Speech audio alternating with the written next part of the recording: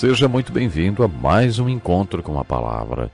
Este programa é parte de um curso panorâmico de todos os livros da Bíblia. Esse curso nos trouxe as cartas de Paulo no Novo Testamento e no programa de hoje iniciaremos a abordagem da carta de Paulo aos Filipenses. Ouça como Paulo inicia esta carta. Agradeço a meu Deus toda vez que me lembro de vocês. Em todas as minhas orações em favor de vocês, sempre oro com alegria por causa da cooperação que vocês têm dado ao Evangelho, desde o primeiro dia até agora. Estou convencido de que aquele que começou boa obra em vocês vai completá-la até o dia de Jesus Cristo. É justo que eu assim me sinta a respeito de todos vocês, uma vez que os tenho em meu coração, pois quer nas correntes que me prendem, quer defendendo e confirmando o Evangelho, todos vocês participam comigo da graça de Deus. Deus é minha testemunha de como tenho saudades de vocês, com a profunda afeição de Cristo Jesus. De fato, continuarei a alegrar-me, pois sei que o que me aconteceu resultará em minha libertação graças às orações de vocês e ao auxílio do Espírito de Jesus Cristo. Aguardo ansiosamente e espero que em nada serei envergonhado. Ao contrário, com toda a determinação de sempre, também agora, Cristo será engrandecido em meu corpo, quer pela vida, quer pela morte. Porque para mim, o viver é Cristo e o morrer é lucro.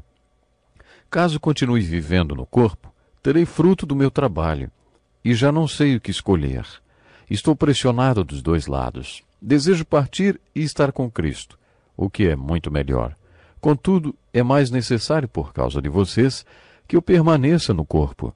Convencido disso, sei que vou permanecer e continuar com todos vocês para o seu progresso e alegria na fé, a fim de que pela minha presença, outra vez, a exultação de vocês em Cristo Jesus transborde por minha causa. Vocês se lembram como a igreja de Filipos foi criada? Vimos este relato no capítulo 16 do livro de Atos. A igreja de Filipos foi fruto de uma visão celestial que Paulo teve, na qual um homem da Macedônia dizia: passe a Macedônia e ajuda-nos. Paulo planejava ir à Ásia, mas esta visão mudou seus planos e ele foi para a Macedônia. A propagação do Evangelho e da civilização foi efetivada a partir desta visão da Europa Oriental para essa parte do mundo. A igreja de Filipos foi plantada por orientação divina e com o carisma do Espírito Santo. Sua criação originou um milagre na cidade. Quando Paulo e Silas, seu parceiro no ministério, foram presos, houve um terremoto que abriu todas as cadeias e correntes dos presos. Que terremoto interessante, não é mesmo? Terremoto que abre cadeias. Esse milagre aconteceu no início da igreja de Filipos. Depois que Paulo deixou a cidade de Filipos, a igreja se transformou em sua igreja preferida. E ele não escondia isso.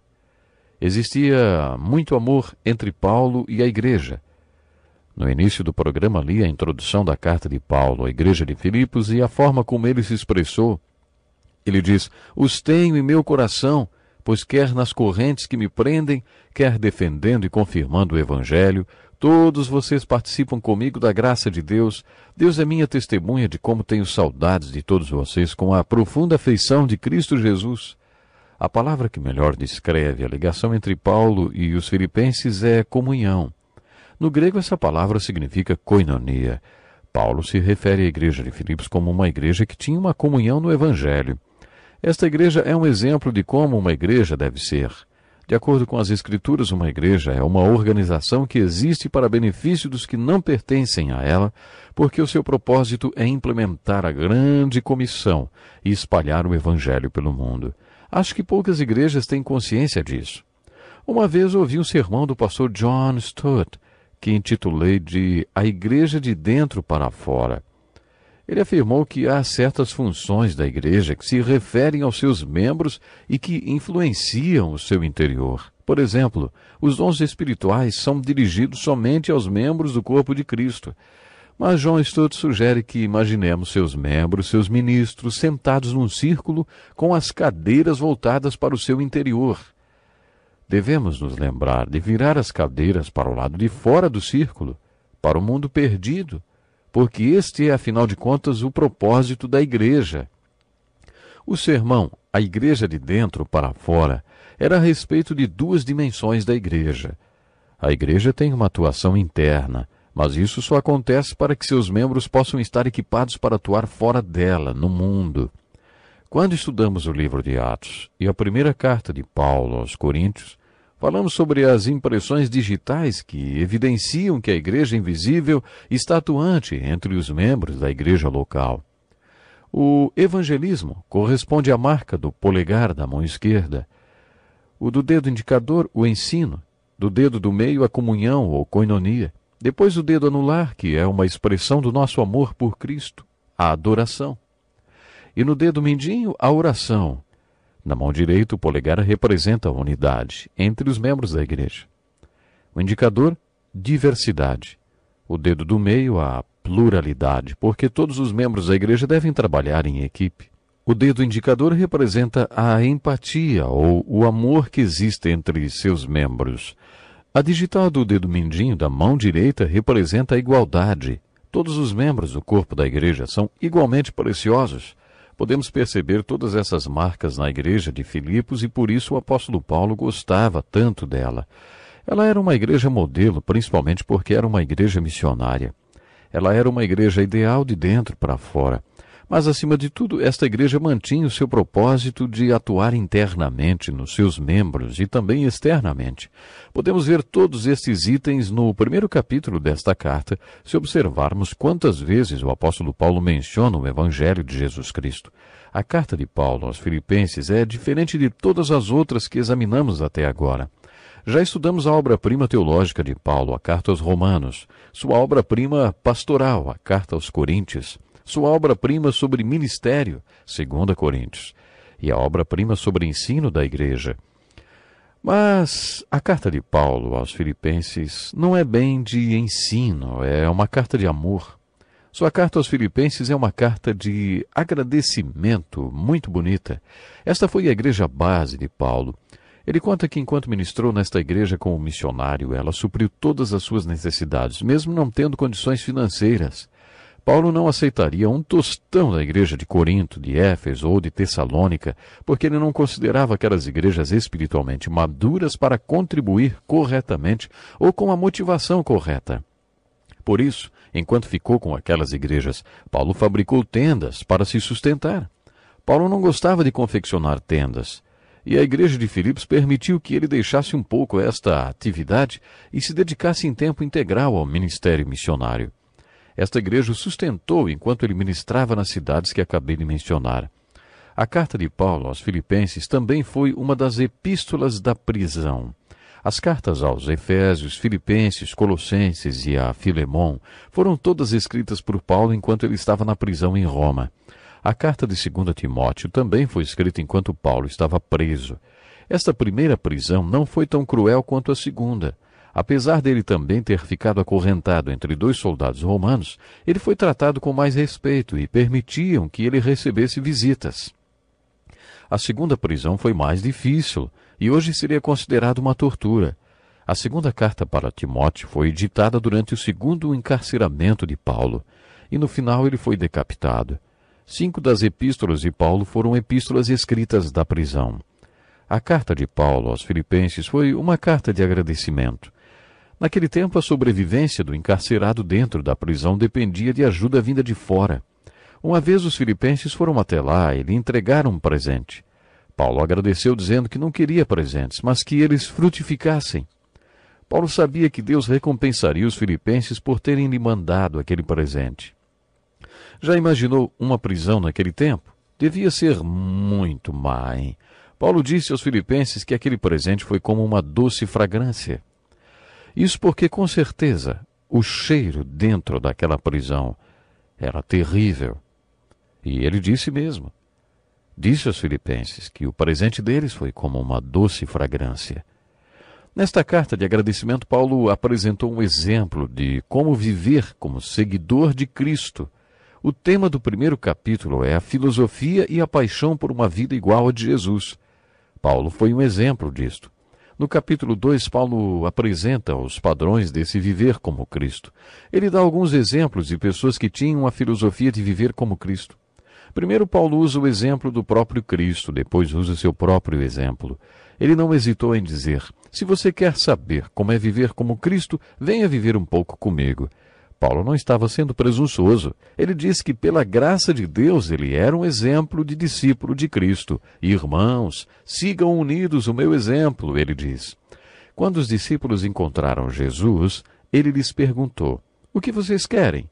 Eles responderam com uma pergunta: onde estás hospedado? Jesus respondeu: venham e verão.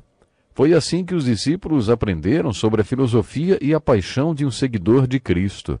Eles viram este padrão no próprio Cristo. Assim, Paulo usou Cristo e a si mesmo como exemplos e depois também a Timóteo. No capítulo 2, Paulo cita Epafrodito como exemplo. Este homem foi o mensageiro que levou a oferta para Paulo na prisão. Nós intitulamos o capítulo 3 de O Propósito e o Prêmio de Viver em Cristo. Nestes capítulos, Paulo fala sobre sua experiência de conversão na estrada de Damasco. Vocês já me ouviram falar que o mais importante da experiência espiritual não são os detalhes, mas os resultados. Quais são os resultados da sua experiência?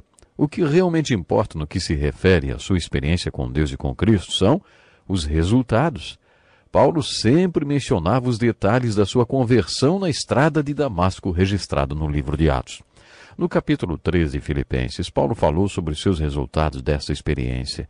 O capítulo 3 de Filipenses é uma passagem muito bonita da Bíblia, na qual Paulo usa um vocabulário contábil. É isso mesmo, ele usa esse tipo de terminologia para nos contar que quando ele conheceu Jesus na estrada de Damasco, foi como se Jesus virasse todos os seus balancetes de cabeça para baixo. Paulo conta que depois que conheceu Jesus, o que antes era lucro passou a ser perda, e o que era perda passou a ser lucro. Eis aqui agora uma tarefa para o próximo programa. Leia esta carta de amor, faça anotações e peça a Deus que fale com você através dela. O desafio que lanço é: você tem essa filosofia de viver em Cristo? Essa filosofia para viver em Cristo é uma paixão na sua vida? Pense nisso. Até lá. Bem-vindo a mais um encontro com a palavra. Fique feliz com sua participação no programa de hoje. Aqueles que estão acompanhando o nosso curso desde o início fizeram um estudo panorâmico de todos os livros do Velho Testamento e no Novo Testamento já puderam ver até as cartas do apóstolo Paulo. No último programa fizemos uma introdução à carta que Paulo escreveu para sua igreja preferida, a igreja de Filipos, a qual ele se referia como os irmãos da Macedônia. Esta carta é de amor e de agradecimento, na qual Paulo apresenta o perfil de uma vida em Cristo. No capítulo 1, ele apresenta a filosofia e a paixão para viver em Cristo. No capítulo 2, ele apresenta alguns padrões do que significa viver esta filosofia de viver em Cristo no dia a dia. No capítulo 3 de Filipenses, Paulo fala sobre sua conversão, enfocando os resultados dela em sua vida. Ele conta que, depois que se encontrou com Jesus, aquilo que antes era ganho para ele tornou-se perda. A partir daquele dia, sua maior obsessão passou a ser atacar o propósito para o qual Jesus o havia chamado. Em outras palavras, como conhecer a vontade de Deus. Como você sabe o que Jesus quer que você faça hoje, amanhã e depois de amanhã? Ainda no 3º capítulo, Paulo se refere à vontade de Deus como o prêmio do chamado celestial de Deus em Cristo Jesus. Paulo conta como descobrir o chamado de Deus para nossas vidas. O capítulo 4 refere-se a um assunto bem prático que denominamos de a receita para viver em Cristo. Paulo enquadra a vida em Cristo com o tema da paz. Todo mundo busca a paz de espírito. Os livros sobre este assunto são alguns dos mais vendidos porque todo mundo busca a paz. Paulo associa a vida em Cristo com a questão da paz e, neste capítulo, apresenta 16 condições para a paz pessoal. Além desse capítulo ser uma receita para se viver em paz, também é uma receita para se viver em Cristo. Se está faltando paz na sua vida, leia o capítulo 4 de Filipenses com bastante atenção. No último programa fizemos uma introdução panorâmica da carta de Paulo aos Filipenses. Nos versículos 20 e 21 do capítulo 1, o apóstolo Paulo dá um exemplo de paixão pela vida em Cristo. Ele diz: aguardo ansiosamente e espero que em nada serei envergonhado. Ao contrário, Com toda a determinação de sempre, também agora Cristo será engrandecido em meu corpo, quer pela vida, quer pela morte, porque para mim o viver é Cristo e o morrer é lucro. Todo mundo tem uma filosofia de vida. Pode ser que você ache que não está interessado em filosofia, mas todos estão. Como você enxerga a vida, hein? Jesus disse que os olhos são uma lâmpada do corpo, referindo-se à maneira como você vê a vida. A ótica que você tem da vida é o que determinará se entrará luz ou escuridão nela. Como é que você vê a vida? Discípulos de Jesus Cristo têm filosofia de vida? Claro que sim. Quando Paulo escreveu esta carta, ele não sabia se seria ou não seria liberto. Segundo dados históricos, ele foi liberto desta prisão em Roma e foi para a Espanha. Depois de ministrar lá, voltou por Éfeso, onde foi novamente encarcerado e levado outra vez para Roma, desta vez sob condições mais cruéis. Ele foi mantido na prisão de Marmetim, até ser decapitado. Quando Paulo escreveu esta carta, ele não sabia se seria liberto ou não, por isso apresentou sua filosofia de vida em Cristo e sua paixão pelo viver em Cristo mesmo estando preso. Paulo queria que Cristo fosse glorificado em seu corpo, quer pela vida ou pela morte, pela liberdade ou pelo encarceramento, pela saúde ou pela doença. Todas essas possibilidades estão sob controle de Deus. Esta era a sua filosofia, que Cristo fosse glorificado em seu corpo. Quando eu estiver doente, orarei, Senhor, como posso te glorificar através dessa doença? Quando eu estiver bem de saúde, vou orar, Senhor, como posso te glorificar através do meu corpo sadio? É assim que, em todas as situações, podemos glorificar a Jesus e dizer como Paulo, o viver é Cristo e o morrer é lucro, e o propósito da minha vida é glorificar a Jesus Cristo. Paulo também disse, já não sei o que escolher, estou pressionado dos dois lados, desejo partir e estar com Cristo, o que é muito melhor. Contudo, é mais necessário por causa de vocês que eu permaneça no corpo. Convencido disso, sei que vou permanecer e continuar com todos vocês para o seu progresso e alegria na fé. Temos no capítulo 1 de Filipenses o exemplo do próprio Paulo, um exemplo de filosofia da paixão por viver em Cristo. Tudo isso é comunicado através da palavra Evangelho. Os filipenses tinham ouvido que Paulo estava novamente na prisão e aí Paulo escreve para eles dizendo: quero que saibam, irmãos, que aquilo que me aconteceu tem, ao contrário, servido para o progresso do Evangelho. Além do testemunho de Paulo na prisão, os filipenses também estavam pregando o Evangelho, já que Paulo não podia mais fazer o seu trabalho missionário.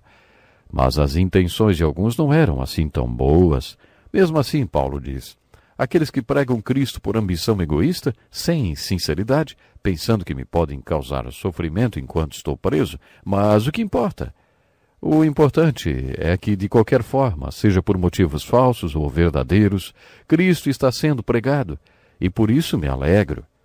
A missão e o ministério da igreja são como um laboratório de ciências. Esta é uma das coisas que Paulo nos disse. Vocês se lembram das aulas teóricas de ciências que tinham depois a continuação no laboratório? A aula teórica era muito mais fácil. O difícil era pôr tudo em prática nas aulas de laboratório. Na carta aos Filipenses, Paulo está nos falando que o cristianismo é como a aula de ciências no laboratório. Não vai adiantar a aula teórica sem a aula prática. Quando você vai à igreja no domingo, você recebe a aula teórica. Mas depois que acaba a liturgia do culto e você sai dali, precisa aplicar tudo o que viu na aula teórica nos problemas da sua vida, que é o laboratório. Nesta carta, Paulo enfoca especificamente o laboratório. A carta aos Filipenses trata do viver em Cristo. Podemos também ilustrar o primeiro capítulo desta carta e o viver em Cristo com a figura de um time. O Senhor não quer pastores e pregadores superstars que enganam seus membros, ou superestrelas, que enganam seus membros. Melhor que isso, é aperfeiçoar os santos para o trabalho do ministério, convencendo as pessoas que estão sentadas nos bancos da igreja que o ministério da igreja é para elas também. Quando os chamados leigos da igreja compreendem que o ministério da igreja é incumbência de todos mesmo, eles passam a executar a grande comissão e a igreja de Jesus cumpre o seu propósito aqui na terra. Paulo, o pastor superstar, o superestrela, estava na prisão. e todos os membros da igreja estavam exercendo os seus papéis e ministrando. Por isso, tudo o que lhe aconteceu servia para o progresso do Evangelho, e por isso Paulo se alegrava. Paulo também faz referência à defesa do Evangelho e à fé evangélica quando escreveu: fiquei eu sabendo que vocês permanecem firmes num só espírito, lutando unânimes pela fé evangélica. Paulo estava se referindo à comunhão do Evangelho. Uma vez falei para um homem novo na fé o que significava a palavra comunhão. Ele tinha muitos problemas. Eu disse a ele: sabe, a palavra comunhão significa 2 amigos no mesmo barco, e eu quero que você saiba que estou no mesmo barco com você. Então ele me respondeu: então, meu amigo, comece a remar. O conceito de comunhão era novo para ele, e ele estava me dizendo: se você está no barco comigo, o que você vai fazer? Você vai ficar ocupando espaço ou vai arregaçar as mangas e remar, hein? Quando você tem comunhão com uma pessoa, ela está no barco com você e faz diferença, porque ela rema também. No capítulo 1, versículo 27 de Filipenses, Paulo faz uma definição da igreja ideal. Não importa o que aconteça, exerçam a sua cidadania de maneira digna do Evangelho de Cristo, para que, assim, quer eu vá e os veja, quer apenas ouça a seu respeito em minha ausência, fique eu sabendo que vocês permanecem firmes num só espírito, lutando unânimes pela fé evangélica. Parafraseando o que Paulo disse, é assim: é isto que quero ouvir sobre o que está acontecendo com vocês. Quero ouvir que vocês são um grupo de pessoas que vivem de acordo com o que ensinei. Cada um é um seguidor de Cristo e vive como Cristo, e todos os membros são como Cristo, de maneira que o mundo acabe acreditando no Evangelho que vocês pregam. É isso que eu quero ouvir que está acontecendo com vocês. Este é o meu ideal, para a minha igreja ideal. Esse é um modelo muito bom da igreja. Eu gostaria de saber se você pode dizer o mesmo da sua igreja. Será que cada um dos membros dela é um seguidor de Cristo? A pessoa só tem a ver com a igreja se realmente for seguidora de Cristo. A palavra igreja significa os chamados.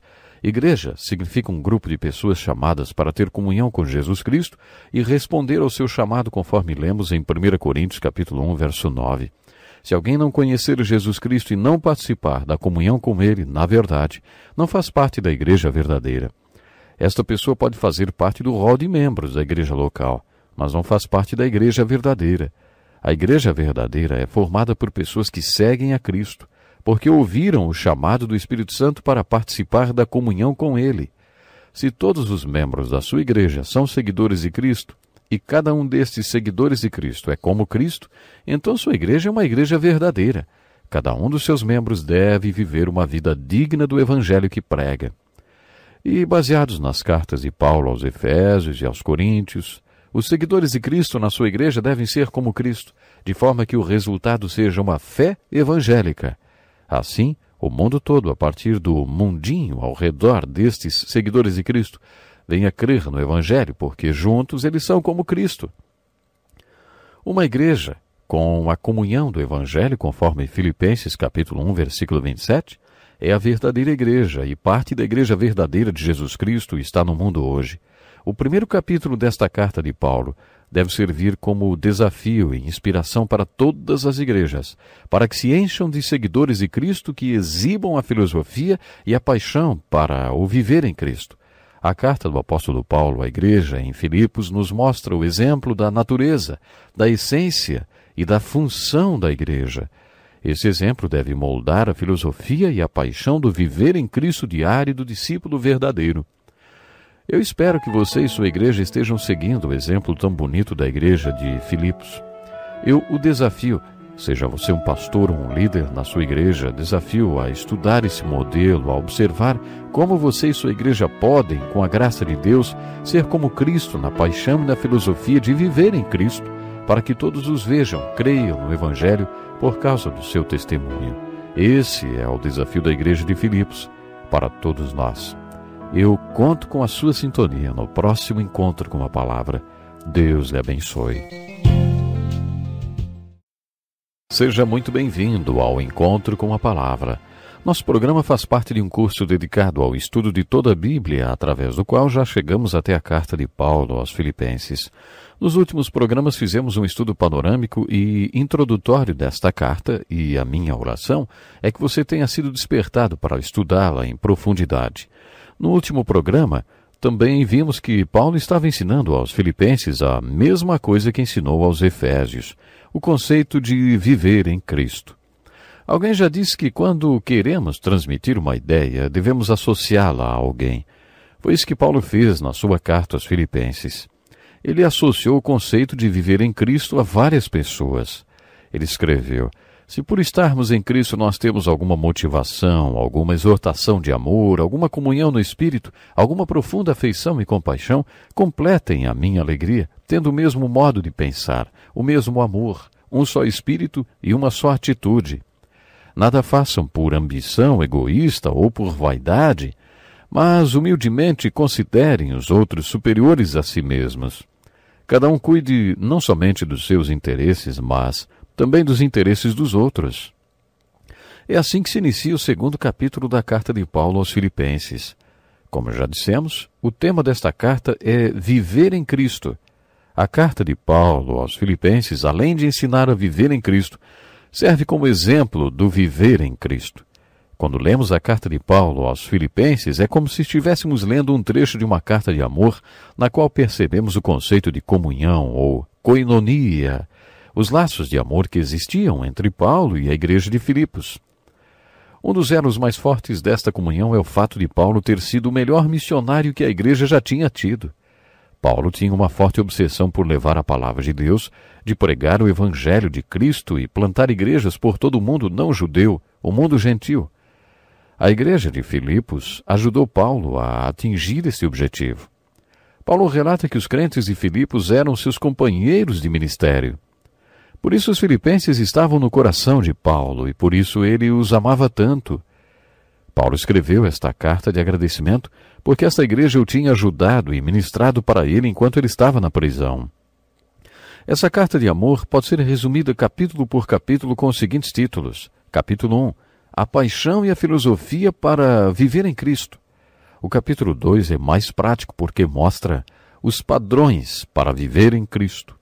O capítulo 3 apresenta o prêmio para viver em Cristo, que representa o chamado de Deus em Cristo ou a vontade de Deus para a nossa vida em Cristo. E por último, o capítulo 4, a receita para viver em Cristo, o que na verdade é uma receita para viver na paz. Paulo nos apresenta alguns exemplos práticos. Primeiro, ele fala sobre os padrões gerais para viver em Cristo. Em sua carta, Paulo fala aos Filipenses que há 3 coisas que passam a fazer parte do relacionamento de quem vive o padrão da vida em Cristo: humildade, amor e igualdade. Quando Paulo fala aos Filipenses para que considerem os outros superiores, ele está se referindo a algo muito próximo à humildade. Ele está ensinando o amor. Mas, humildemente, considerem os outros superiores a si mesmos, ele escreve. Quando você entra numa sala cheia de gente, você considera todos ali melhores do que você? Se você for humilde, acho que você vai achar que todo mundo é melhor do que você. Paulo não se referiu à timidez ou a baixa estima ou a baixa autoestima, né? Não, a humildade vai além. A pessoa que tem amor aplica a regra de ouro.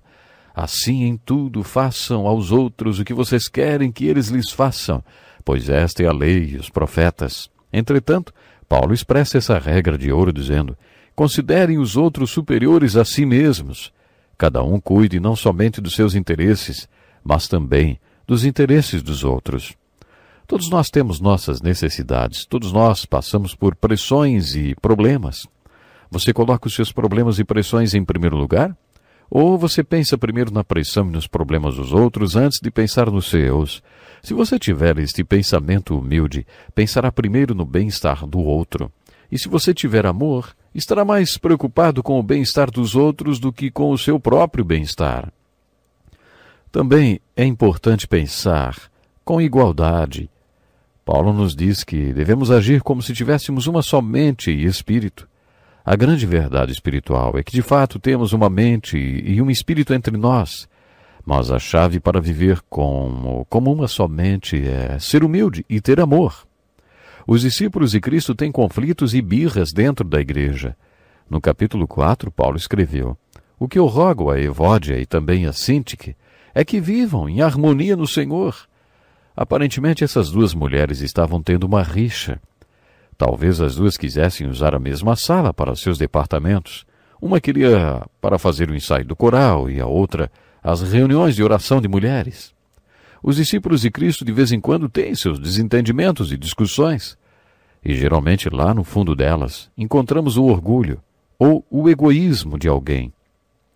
Por isso, quando Paulo apresenta os padrões do viver em Cristo, ele diz que devemos ser humildes, ter amor e ter um sentimento de igualdade para lidar com conflitos na igreja.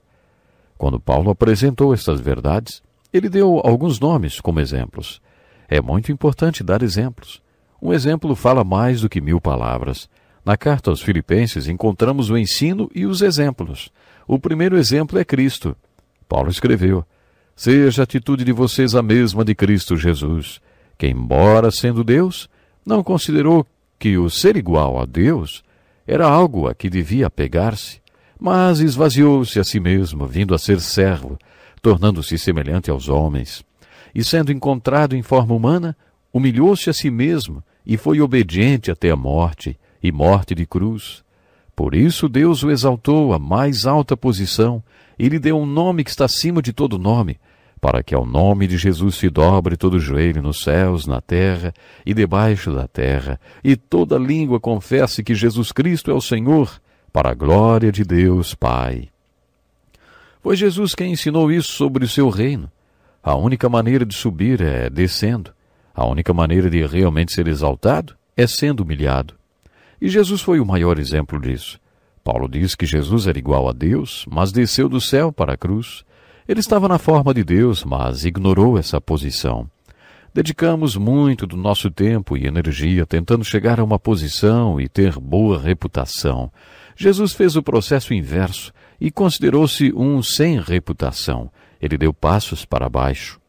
Se você realmente entender quem Jesus é, compreenderá que ele fez mais do que se tornar um homem.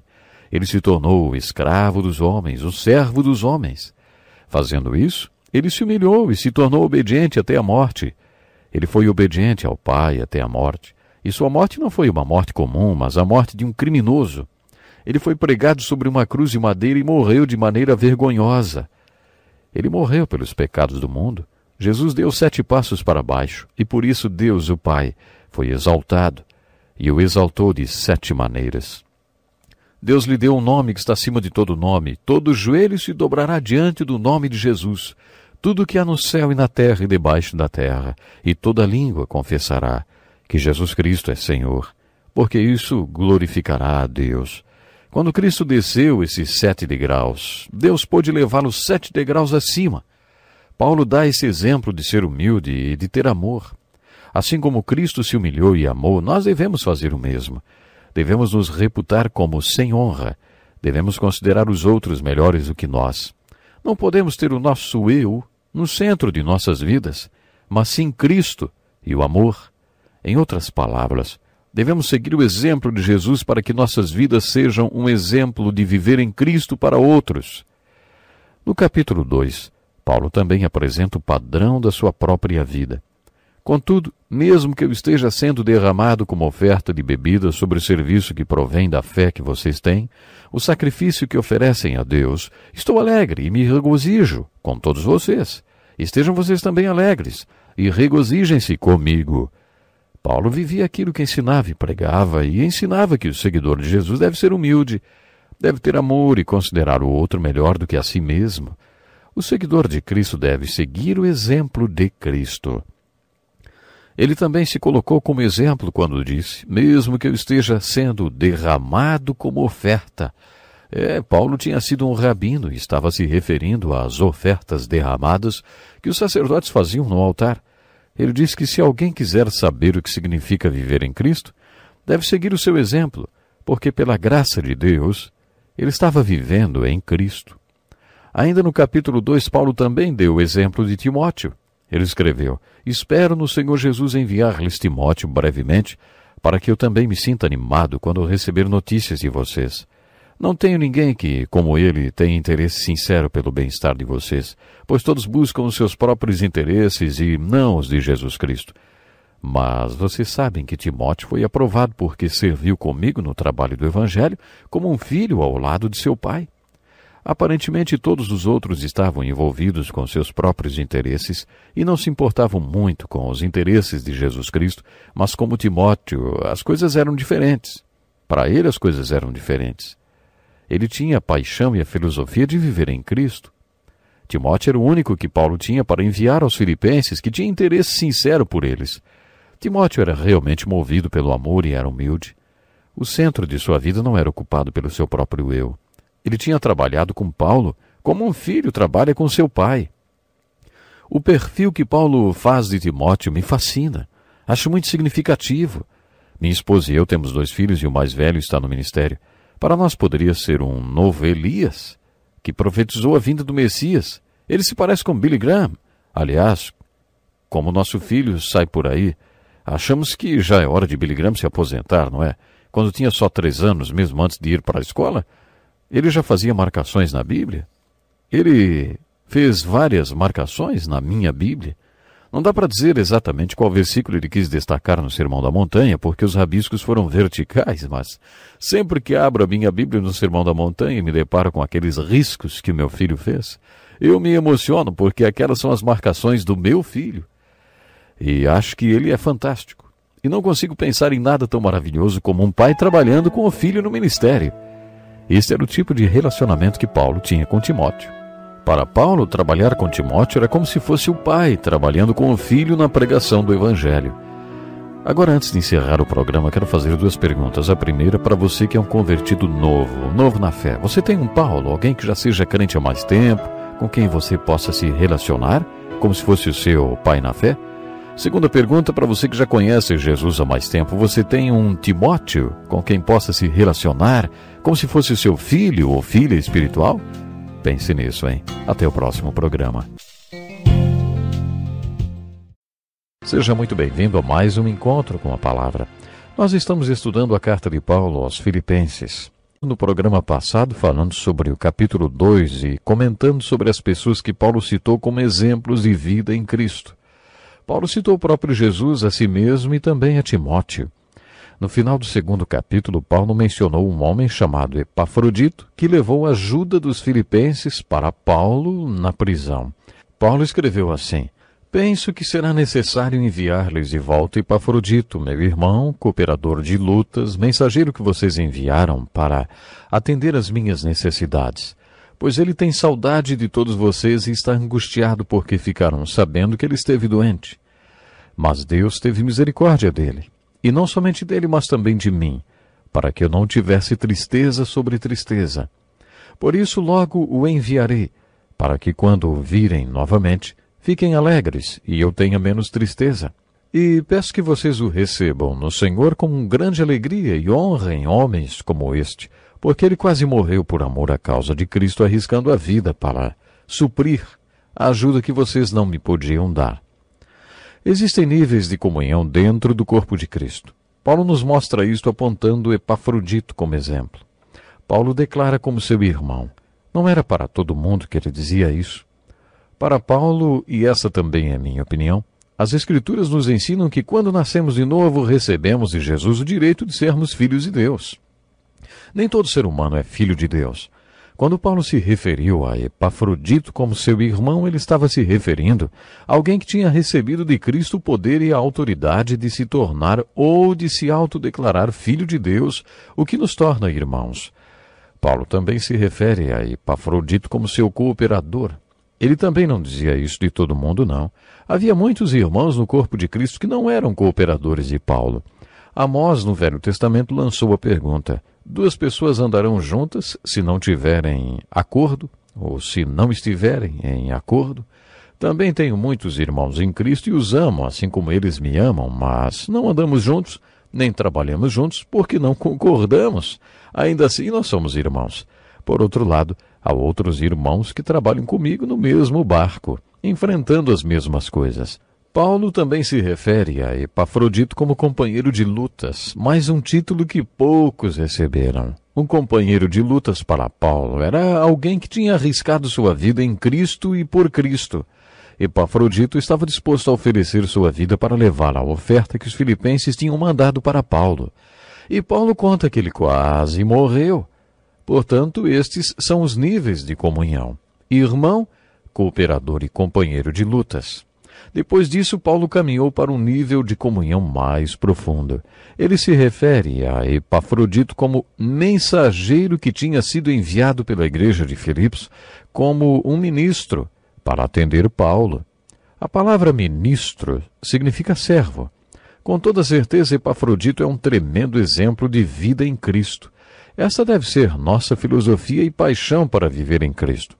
Engrandecê-lo em nosso corpo, quer seja pela vida ou pela morte. Se paixão pela vida em Cristo puder ser definida como o viver é Cristo e o morrer é lucro, Epafrodito, então, é um dos grandes exemplos e padrões do que significa viver em Cristo. Recapitulando, então, nós observamos no capítulo 1, a ideologia, a filosofia, a paixão e a disposição ou decisão de viver em Cristo. Mas, no capítulo 2, temos a aplicação desta filosofia e paixão da vida em Cristo e os padrões práticos para viver em Cristo. No capítulo 3, descobrimos qual é o propósito e a recompensa de se viver em Cristo. Paulo conta quais foram os resultados da sua experiência de conversão. Ele diz: se alguém pensa que tem razões para confiar na carne, eu ainda mais. Ele passa a citar tudo o que considerava vantagem antes de conhecer Jesus. Por exemplo, ser fariseu, hebreu, de Hebreus, da tribo de Benjamim. Essas coisas, antes de Paulo conhecer Jesus Cristo, eram motivo de orgulho para ele. O que aconteceu depois que ele teve seu encontro com Cristo? Ele escreveu: mas o que para mim era lucro, passei a considerar como perda por causa de Cristo. Mais do que isso, considero tudo como perda, comparado com a suprema grandeza do conhecimento de Cristo Jesus, meu Senhor, por quem perdi todas as coisas. Eu as considero como esterco, para poder ganhar Cristo e ser encontrado nele. Não tenho a minha própria justiça que procede da lei, mas a que vem mediante a fé em Cristo, a justiça que procede de Deus e se baseia na fé. Quero conhecer Cristo, o poder da sua ressurreição e a participação em seus sofrimentos, tornando-me como ele em sua morte, para, de alguma forma, alcançar a ressurreição dentre os mortos. Não que eu já tenha obtido tudo isso ou tenha sido aperfeiçoado, mas preciso para alcançá-lo, pois para isso também fui alcançado por Cristo Jesus. Irmãos, não penso que eu mesmo já o tenha alcançado, mas uma coisa faço: esquecendo-me das coisas que ficaram para trás e avançando para as que estão adiante, prossigo para o alvo, a fim de ganhar o prêmio do chamado celestial de Deus em Cristo Jesus. Todos nós que alcançamos a maturidade devemos ver as coisas desta forma. E se em algum aspecto vocês pensam de modo diferente, isso também Deus lhes esclarecerá. Tão somente vivamos de acordo com o que já alcançamos. Nesse capítulo, o apóstolo Paulo conta como conhecer a vontade de Deus. Esta é a pergunta que os pastores mais ouvem. Você acredita que Deus tem uma vontade boa, agradável e perfeita para você? Bom, eu creio que sim. Você consegue descobrir qual é a vontade de Deus? Eu creio que sim também. Nesse capítulo, Paulo dá a receita para descobrir a vontade de Deus para a nossa vida. Este capítulo ensina que o propósito de viver em Cristo é obter tudo ou ser aperfeiçoado, pois para isso fomos alcançados por Jesus Cristo. Nesta passagem, Paulo usa vários termos esportivos, como avançar, prosseguir para o alvo, ganhar o prêmio. Quando Paulo estava na estrada de Damasco para prender e levar à morte os seguidores do caminho, Jesus o tomou como o alvo naquele momento e o alcançou. A partir de então, era Paulo quem buscava sempre alcançar aquilo para o que ele foi alcançado por Jesus. Mas como descobrimos o propósito para o qual Jesus nos alcançou? Paulo tem a resposta. Primeiro, observe que houve uma revolução quando Paulo se converteu e ele passou a ter uma forte decisão: descobrir a vontade de Deus para a sua vida. Paulo passou a buscar a justiça que não vem por merecimento ou por boas obras, mas a justiça que vem pela fé em Jesus Cristo. É sobre esta justiça que Paulo falou nas cartas aos Gálatas e aos Romanos. Paulo passou a buscar um relacionamento com o Cristo vivo e o poder da ressurreição de Jesus Cristo em sua vida. É como se Paulo estivesse numa corrida com regras estabelecidas. Essas regras nos levam a conhecer a vontade de Deus para nossas vidas. E o prêmio, ou a medalha dessa corrida, é o prêmio do chamado celestial de Deus em Cristo Jesus. Devemos viver de acordo com a luz que Deus nos tem dado. Imagine um carro que roda por onde a luz dos seus faróis iluminam, ele segue de acordo com esta luz. Se você viver de acordo com a luz que Deus tem dado a você, Ele lhe dará mais luz para caminhar mais dentro de sua vontade, vamos dizer assim. Já no 3º capítulo, Paulo fala sobre duas coisas. A primeira refere-se ao propósito de viver em Cristo, que é alcançar aquilo para o qual fomos alcançados por Cristo. O propósito dos discípulos de Cristo é prosseguir para o alvo, para o objetivo, para o prêmio do chamado de Deus que está em Cristo Jesus. Paulo fala também sobre como descobrir qual é este propósito.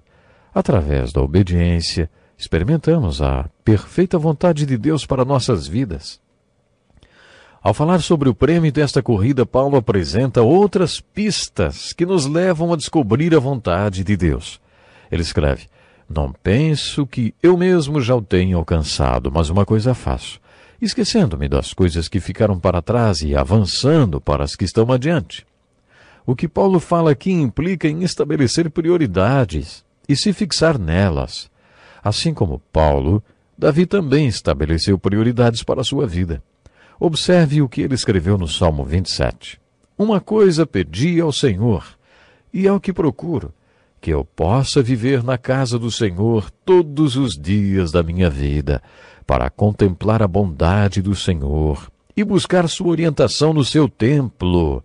A prioridade número 1 de Paulo era: prossigo para o alvo, a fim de ganhar o prêmio do chamado celestial de Deus em Cristo Jesus. E você? Você tem esta determinação também? Você tem este marco espiritual que dá a convicção de que Jesus já o alcançou? Você tem esta obsessão de conhecer por que Jesus o alcançou e entrou em sua vida? Jesus quer salvar, não é? E isso é muito importante. Mas, além disso, existe algo que Ele quer que você faça. E você acredita nisso? Aqueles que foram criados num lar evangélico por pais tementes a Deus muitas vezes não têm o marco espiritual de quando se converteram a Jesus Cristo como Paulo teve, cujo encontro com Jesus revolucionou toda a sua vida. Estas pessoas, entretanto, são marcadas espiritualmente quando recebem o chamado para a vontade e a obra de Deus. O estudioso Dr. Kenneth Scott, ele afirmou que, em mais de 2000 anos da história da Igreja, as pessoas que mais foram usadas por Deus para estabelecer a sua obra na terra foram pessoas vindas de lares evangélicos e não os que tiveram uma conversão como a de Paulo na estrada de Damasco. Paulo enfatiza em suas cartas o presente propósito da nossa salvação. Em Efésios, capítulo 2, versículos 8 e 9, ele afirmou: "Pois vocês são salvos pela graça, por meio da fé. E isso não vem de vocês, é dom de Deus, não por obras, para que ninguém se glorie."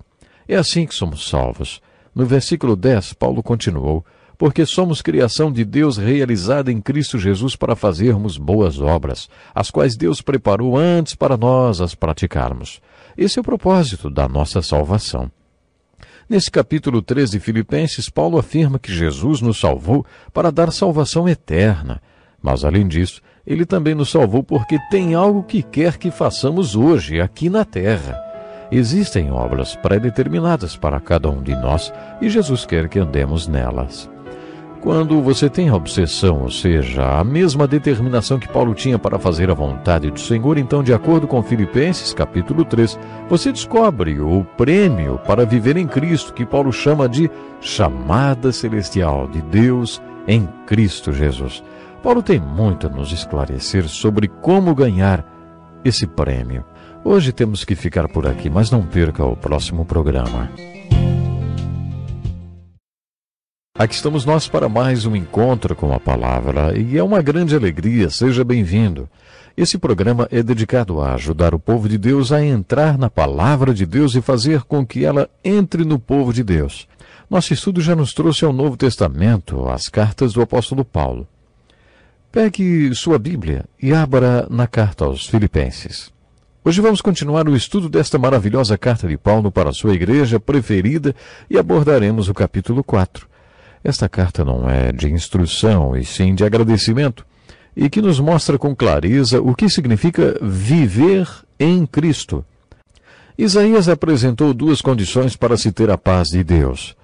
Se você tiver um propósito firme, se sua mente estiver fixada em Deus e se você confiar nele, então Deus o manterá num estado de paz. Mas você tem de preencher esses requisitos, senão Deus não poderá mantê-lo num estado de paz. Devemos fazer algumas distinções quando lemos sobre paz no contexto das Escrituras. Primeiro, as Escrituras não falam sobre a paz do mundo. Ouvimos muito sobre a paz do mundo. Vocês devem estar lembrados, quando estudamos os Evangelhos, que Jesus Cristo nunca prometeu a paz do mundo. Na verdade, ele prometeu exatamente o oposto. No Evangelho de Mateus, Jesus afirmou: "Não vim trazer paz, mas espada." Jesus declarou que causaria as maiores divisões que o mundo já viu. "Eu vim para fazer que o homem fique contra seu pai, a filha contra sua mãe, a nora contra sua sogra. Os inimigos do homem serão os da sua própria família." Sabe, e no decorrer de 20 séculos da história da igreja, isso tem acontecido. Em toda a história da igreja, nenhuma causa provocou mais derramamento de sangue do que o nome de Jesus. É comum encontrarmos a seguinte inscrição em cartões de Natal: "Paz na terra aos homens de boa vontade." Mas o que o versículo de Lucas capítulo 2, versículo 14 diz é: "Paz na terra aos homens, aos quais ele concede o seu favor." A paz que o cartão de Natal promete não é a paz do mundo. Ele promete paz nos corações e nas vidas daqueles de quem Jesus se agrada. São os seguidores de Cristo que mais se relacionam com ele, que têm paz no coração. Na última ceia, quando os apóstolos estavam aterrorizados, porque sabiam que viria grande opressão de Roma, ouviram de Jesus o seguinte: "Deixo-lhes a paz, a minha paz lhes dou. Não a dou como o mundo a dá. Não se perturbe o seu coração, nem tenham medo. Deixo-lhes a paz." Não sabemos como foi a morte de todos os apóstolos. Existem alguns livros que exploraram este assunto e que contam a opinião de seus autores sobre o que aconteceu. Mas, se os apóstolos foram crucificados de cabeça para baixo, como a história diz que aconteceu com Pedro, por exemplo, tenho certeza, eles morreram com paz no coração, porque Jesus lhes prometeu paz, independentemente do que acontecesse. Acredito que Pedro tenha morrido com paz no coração. Não importa como ele tenha sido morto, não. O mesmo vale para todos os apóstolos. Não é sobre a paz do mundo que Paulo está falando no capítulo 4 da carta aos Filipenses. A Bíblia se refere a outro tipo de paz, a paz com Deus. Paulo também falou da paz com Deus quando pregou o Evangelho. Ele falou que Cristo, quando morreu na cruz, visava trazer a reconciliação. De acordo com Paulo, Deus estava em Cristo quando Cristo morreu na cruz, reconciliando consigo o mundo. Ele não estava fazendo acusações por causa dos pecados. A mensagem e o ministério de Jesus era de reconciliação.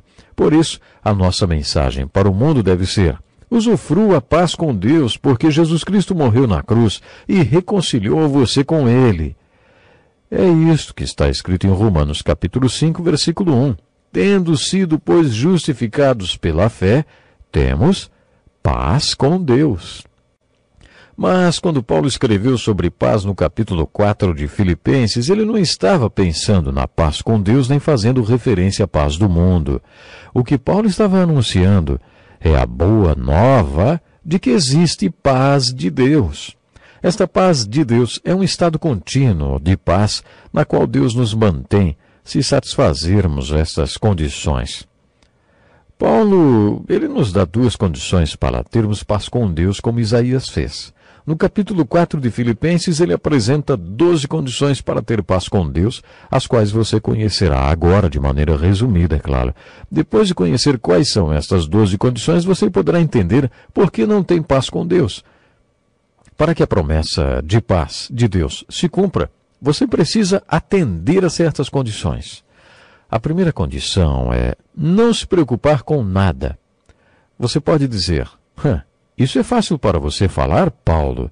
Você é do time de elite de Deus. Eu estou aqui no mundo real e tenho com o que me preocupar.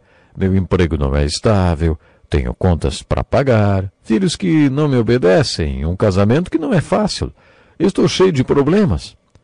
Você acha que Paulo falou para não se preocupar porque ele não tinha com o que se preocupar? Paulo estava na prisão quando ele escreveu esta carta.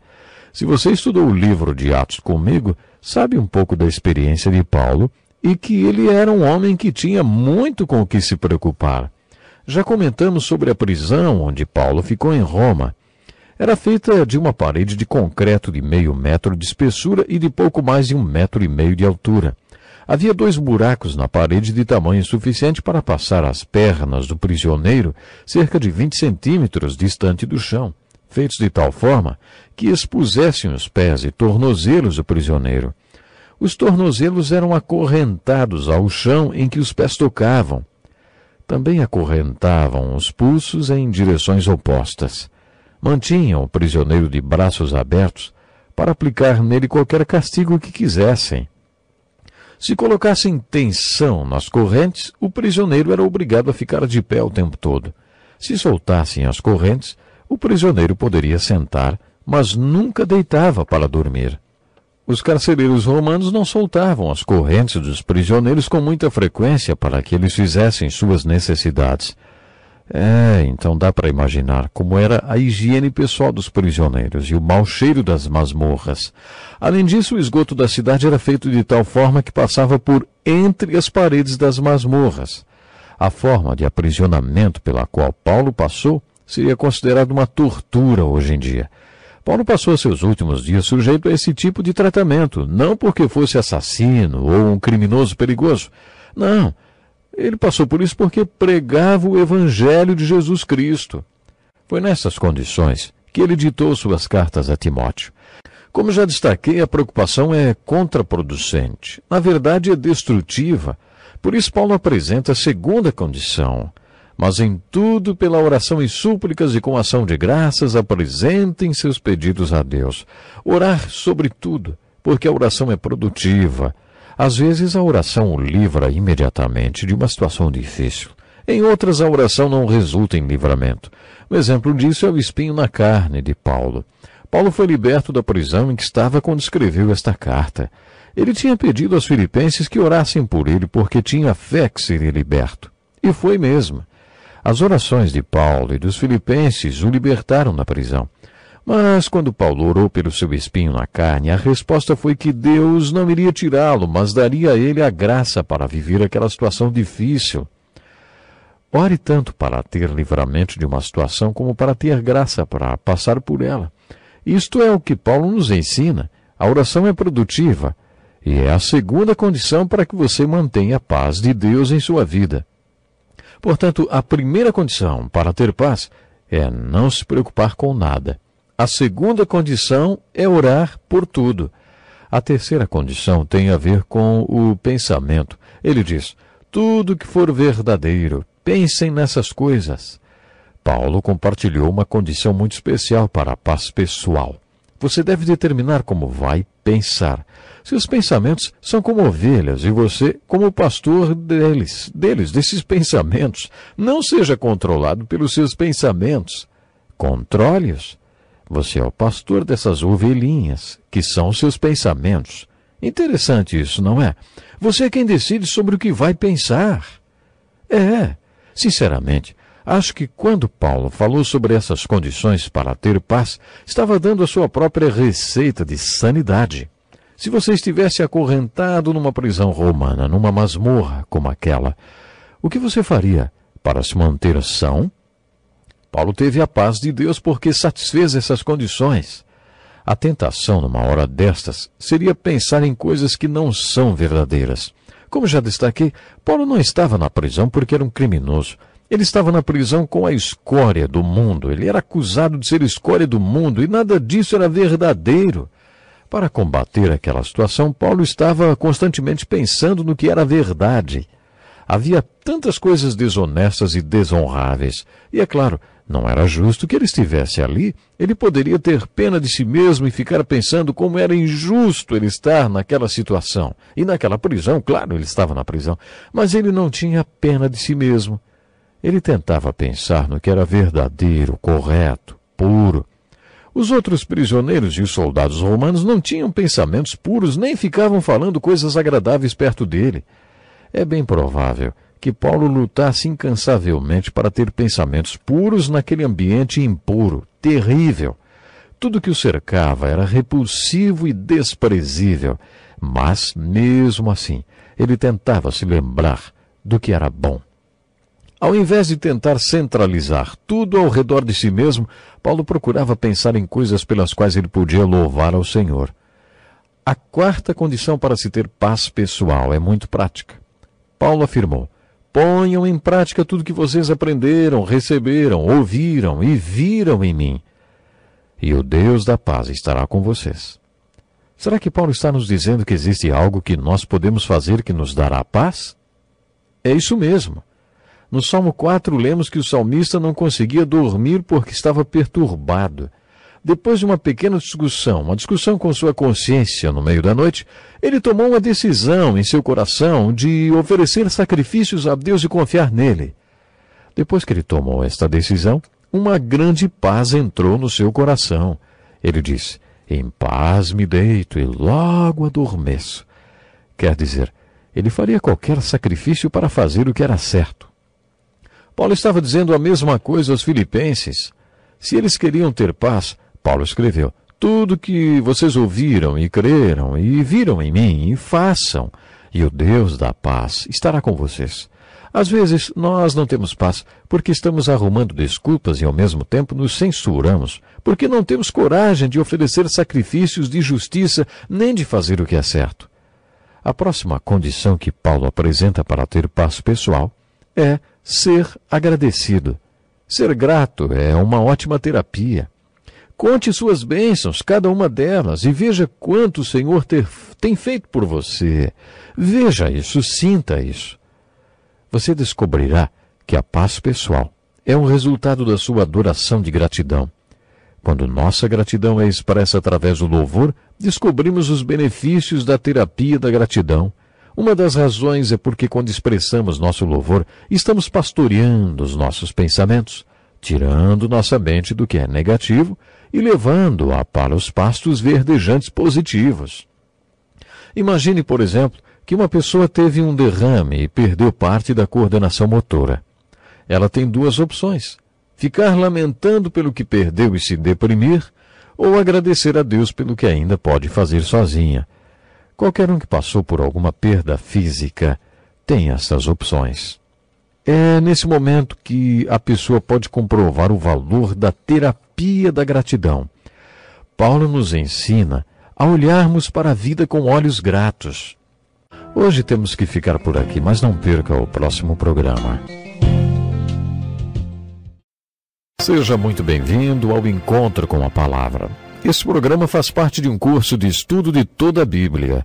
Nos últimos programas temos estudado a carta de Paulo aos Filipenses. E no primeiro capítulo vimos a paixão e a filosofia para viver em Cristo através do exemplo do apóstolo Paulo. Depois, no capítulo 2, Paulo apresentou de maneira muito prática os exemplos de várias pessoas que viviam em Cristo.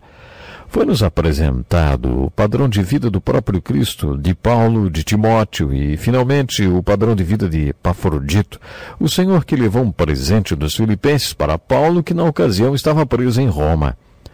No capítulo 3, Paulo escreveu sobre o prêmio de viver em Cristo, o chamado de Deus em Cristo, ou seja, aquilo que o Senhor Jesus Cristo quer que façamos. Nesse capítulo, Paulo também fala de um processo que nos mostra como ganhar este prêmio. No resumo do capítulo 4, descobrimos que Paulo foi muito prático. Este capítulo poderia ser chamado de A Receita para Viver em Cristo. A receita de Paulo para viver em Cristo é feita com base no que podemos chamar de receita para a paz. Você já percebeu como a paz é muito importante nas cartas do Novo Testamento?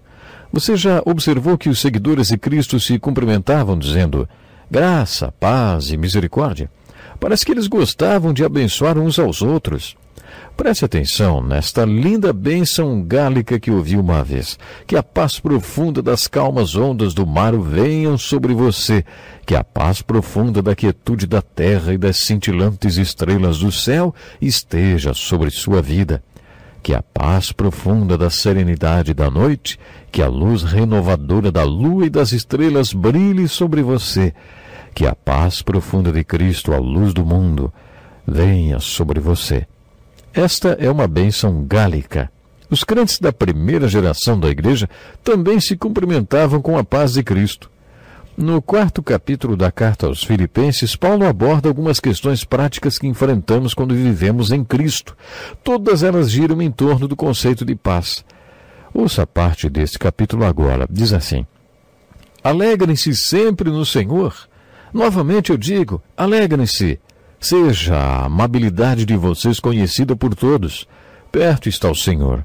Não andem ansiosos por coisa alguma, mas em tudo, pela oração e súplicas e com oração de graças, apresentem seus pedidos a Deus. E a paz de Deus, que excede todo o entendimento, guardará o coração e a mente de vocês em Cristo Jesus. Finalmente, irmãos, tudo que for verdadeiro, tudo que for nobre, tudo que for correto, tudo que for puro, tudo que for amável, tudo que for de boa forma, se houver algo de excelente ou digno de louvor, pensem nessas coisas. Ponham em prática tudo que vocês aprenderam, receberam, ouviram e viram em mim. E o Deus da paz estará com vocês. Alegro-me grandemente no Senhor, porque finalmente vocês renovaram o seu interesse por mim. De fato, vocês já se interessavam, mas não tinham oportunidade para demonstrá-lo. Não estou dizendo isso porque esteja necessitado, pois aprendi a adaptar-me a toda e qualquer circunstância. Sei o que é passar necessidade e sei o que é ter fartura. Aprendi o segredo de viver contente em toda e qualquer situação, seja bem alimentado, seja com fome, tendo muito ou passando necessidade. Tudo posso naquele que me fortalece. Neste parágrafo tão prático, Paulo ainda está falando sobre viver em Cristo. Ele apresentou uma receita de como viver em Cristo e centralizou a questão de viver em Cristo no conceito de paz. Paulo está nos dizendo como ter a paz de Deus. A paz de Deus depende de alguns requisitos. Encontramos a seguinte declaração em Isaías capítulo 26, versículo 3. Tu, Senhor, guardarás em perfeita paz aquele cujo propósito está firme por quem te confia. Isaías apresentou duas condições para se ter a paz de Deus. Se você tiver um propósito firme, se sua mente estiver fixada em Deus e se você confiar nele, então Deus o manterá num estado de paz. Mas não é sobre a paz do mundo que Paulo está falando no capítulo 4 da carta aos Filipenses. Quando Paulo escreveu sobre paz no capítulo 4 de Filipenses, ele não estava pensando na paz com Deus nem fazendo referência à paz do mundo. O que Paulo estava anunciando é a boa nova de que existe paz de Deus. Esta paz de Deus é um estado contínuo de paz na qual Deus nos mantém se satisfazermos estas condições. No final do último programa, você deve se lembrar, estávamos falando sobre as condições que Paulo apresenta para que venhamos ter paz constante. A carta de Paulo aos Filipenses também é chamada de a Epístola da Alegria, mesmo tendo sido escrita na prisão. E que prisão, hein? Apesar de estar na prisão, Paulo sabia que tinha duas opções. Ele sabia que poderia lamentar por estar naquele lugar ou louvar a Deus pela comunhão com Cristo. Ninguém poderia tirar isto dele. Por isso ele diz para ser agradecido. A gratidão é uma das condições para que você encontre a paz e a serenidade espiritual. A seguir, Paulo diz assim, seja a amabilidade de vocês conhecida por todos. O que a amabilidade tem a ver com paz? Anos atrás, eu ouvi um executivo bem-sucedido dizer ao seu filho assim, Lembre-se, filho, se não vai por bem, vai por mal. Aparentemente, aquela tinha sido a filosofia do pai. O que aconteceria se esta filosofia tivesse sido exatamente a filosofia de Paulo naquela prisão, acorrentado no meio de 2 soldados romanos? Será que ele poderia aplicar esta filosofia naquela situação? Que paz Paulo teria se esta fosse a sua filosofia de vida? A amabilidade tem a ver com a aceitação. A aceitação traz paz. Paulo quis dizer que devemos aceitar as circunstâncias com a vontade de Deus e entregar o controle a Ele, porque é com isso que vem a paz. Paulo também está nos dizendo para sermos pacientes. Na dimensão vertical, paciência é esperar com fé. Às vezes, em nosso caminhar com Deus, descobrimos que Ele não está com pressa e que temos que esperar nele. Em nossos relacionamentos horizontais com as pessoas ao nosso redor, paciência é esperar com amor. Às vezes o amor tem que esperar. Isso é paciência e fruto do Espírito. A falta de paciência rouba a paz, mas a paciência traz paz. A seguir, Paulo nos diz para olharmos para cima. As próximas 4 condições têm a ver com o relacionamento de Jesus Cristo. Paulo afirma: perto está o Senhor. Não é interessante pensar que quando Paulo escreveu suas últimas palavras daquela masmorra para Timóteo, ele disse: ninguém apareceu para me apoiar, todos me abandonaram, mas o Senhor permaneceu ao meu lado e me deu forças. Paulo nunca esteve sozinho. Mesmo em situações difíceis, você pode se lembrar que o Senhor está perto. O Senhor está sempre perto. Paulo também disse assim: alegrem-se sempre no Senhor. Devemos aprender a tirar nossa alegria do conhecimento de Cristo. De que depende a sua paz e alegria, hein? Da sua saúde? Da pessoa que você ama? Do seu casamento? Então sua espiritualidade é muito frágil, porque todas essas coisas são falíveis. Paulo nos ensinou que nossa alegria vem de Cristo e do nosso relacionamento com Ele. A próxima condição é ter a aprovação de Deus. Isso é muito importante. Você quer a aprovação de Deus ou a dos homens, hein? Quando meus filhos eram pequenos e nós recebíamos visitas em casa, eles ficavam rolando no chão e aí olhavam para a visita e perguntavam: ei, você viu o que eu fiz? Foi legal, não foi? Eu achava que tinha alguma coisa errada com eles, mas acabei percebendo que todas as crianças fazem isso. As crianças fazem essas coisas porque querem a atenção e a aprovação dos adultos. Alguns de nós ainda agem como crianças pequenas. A única coisa que mudou é que os saltos e pulos ficaram mais sofisticados, mas muitos ainda buscam a aprovação de outras pessoas. Jesus perguntou: como vocês podem crer se aceitam glória uns dos outros, mas não procuram uma glória que vem do Deus único? Paulo diz que esta era uma das condições para se ter paz, buscar a aprovação de Deus e não a dos homens. A última condição para ter paz é descanse, ponha seu coração e sua mente em Cristo. Esta é outra maneira de dizer: Deus, eu não consigo, mas o Senhor consegue. Por isso estou entregando para o Senhor e vou descansar o meu coração e a minha mente no fato de que não depende de quem eu sou, mas sim de quem o Senhor é. Não depende do que eu consigo fazer, mas do que o Senhor consegue. Não é o que eu quero, mas é o que o Senhor quer.